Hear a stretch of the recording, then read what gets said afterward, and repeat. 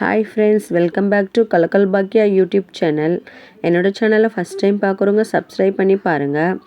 இன்றைக்கி நம்ம என்ன பார்க்க போகிறோன்னா, ஈஸியாக கோழிக்கறி குழம்பு எப்படி செய்யலான்னு பார்க்கலாம். ஸ்டவ் ஆன் பண்ணி ஒரு குக்கரை வச்சு தேவையான அளவு எண்ணெய் விட்டு பட்டை வகைகளாக சேர்த்துக்கின்னு வெங்காயம் போட்டுக்கலாம். வெங்காயம் சீக்கிரமாக வதங்கிறதுக்கு கல்லுப்பு சேர்த்துக்கலாம். காரத்துக்கு 2 பச்சை மிளகாய் போட்டுக்கின்னு நல்லா எண்ணெயிலே இந்த வெங்காயத்தை நல்லா வதக்கிட்டு 2 ஸ்பூன் இஞ்சி பூண்டு பேஸ்ட்டு போட்டுக்கலாம். பச்சை வாசம் போகிற வரைக்கும் நல்லா வதக்கிக்கலாம். யார் யாருக்கெல்லாம் கோழிக்கறி குழம்பு பிடிக்கும்னு கமெண்ட் பண்ணுங்கள். இப்போ நம்ம மசாலா சேர்த்துக்கலாம். 1 ஸ்பூன் மஞ்சள்தூள், 2 ஸ்பூன் மிளகாத்தூள், தேவையான அளவு தனியாத்தூள், தேவையான அளவு கரம் மசாலா. நல்லா இந்த மசாலாவை இந்த வெங்காயத்தோடு சேர்த்து எண்ணெயிலே நல்லா வதக்கிக்கலாம். நான் சில பொருட்களை போட்டு அரைச்சிருக்கேன். தேங்காய், தக்காளி, முந்திரி, சோம்பு, கசகசா.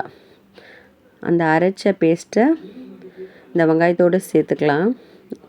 க்ளீன் பண்ணி வச்ச கோழிக்கறியை போட்டுக்கலாம். நல்லா கலந்து விட்டுக்கோங்க.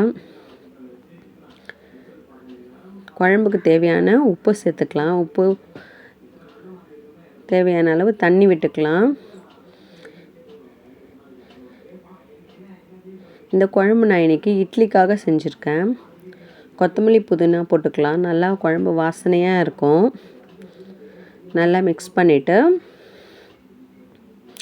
உப்பு காரெல்லாம் செக் பண்ணிக்கோங்க. குக்கரை போட்டு மூடிட்டு ஒரு 2 விசில் விட்டு இறக்குனா ஒரு சூப்பரான கோழிக்கறி குழம்பு ரெடி ஆகிடும். இதே மாதிரி நீங்களும் வீட்டில் செஞ்சு பார்த்துட்டு எப்படி இருக்குன்ட்டு கமெண்ட் பண்ணுங்கள்.